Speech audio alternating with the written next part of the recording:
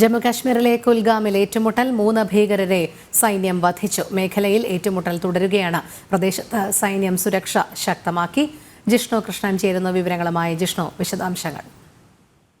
രോഹിണി, ഇന്നലെ വൈകിട്ട് മുതലാണ് ജമ്മു കാശ്മീരിലെ കുൽഗാം മേഖലയിൽ ഏറ്റുമുട്ടൽ ആരംഭിച്ചിട്ടുള്ളത്. നിലവിൽ ഏറ്റവും ഒടുവിൽ ലഭിക്കുന്ന വിവരമനുസരിച്ച് 3 ഭീകരരെയും സൈന്യം വധിച്ചു എന്നുള്ള റിപ്പോർട്ടുകളാണ് ഇപ്പോൾ പുറത്തു വരുന്നത്. വൻ ആയുധശേഖരം കണ്ടെത്തിയിട്ടുണ്ട്.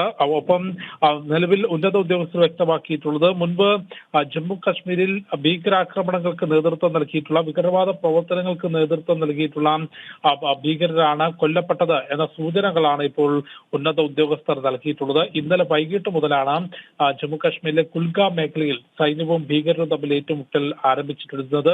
മണിക്കൂറുകൾ നീണ്ട ഏറ്റുമുട്ടലിനൊടുവിലാണ് ഇപ്പോൾ 3 ഭീകരരെ സൈന്യം വധിച്ചു എന്ന വാർത്ത പുറത്തു വരുന്നത്. കഴിഞ്ഞ ദിവസം കുൽഗാമിലെ റെഡ്വാനി മേഖലയിൽ ഭീകരർ തമ്പടിച്ചിട്ടുണ്ട് എന്ന രഹസ്യ വിവരത്തിന്റെ അടിസ്ഥാനത്തിലായിരുന്നു ഇത്തരത്തിലൊരു ഓപ്പറേഷൻ സൈന്യം ആരംഭിച്ചത്. രോഹിണി. ശരി, ജിഷ്ണു കൃഷ്ണനാണ് വിവരങ്ങൾ നൽകിയത്.